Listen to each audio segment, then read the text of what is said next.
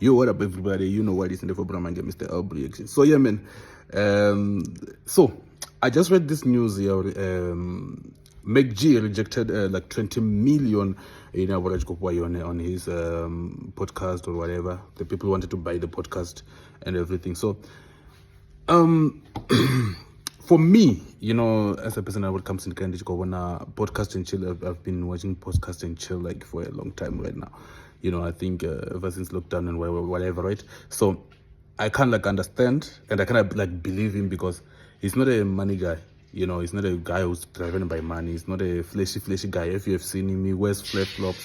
You know, you've seen his pictures when he was in USA and you see how he dressed. He's not a flashy guy.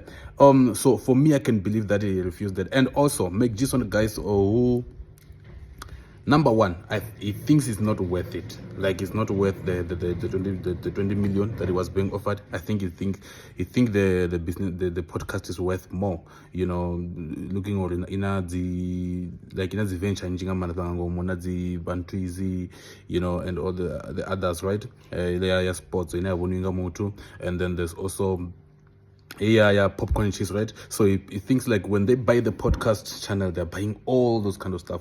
And also number two, I feel like it's all about independency.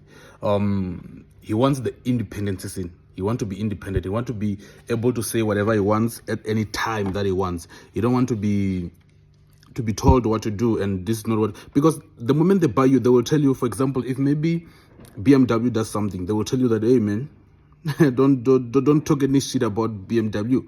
So you don't want that. You want to be able to talk shit about BMW. You want to be able to talk shit about anything that is gonna be there. So I can't like understand him, but it was for me, man, because not Nachanga, I'm broke. And also another thing what I wanted to say, like, is I think it's also looking at the revenue that is making maybe a month or maybe a year, and then our not okay. Maybe for example, if a year is making above million, he knows so like, oh, okay, man, I'm here for more than like in next year I'm gonna be making maybe 1.5 million.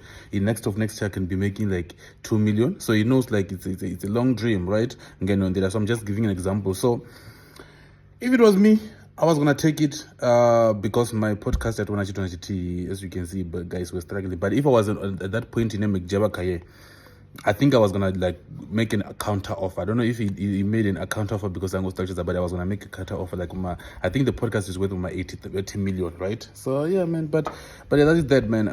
What would you do if you know over win McG with a podcast? What would you do? Would you take the deal? Oh, Nana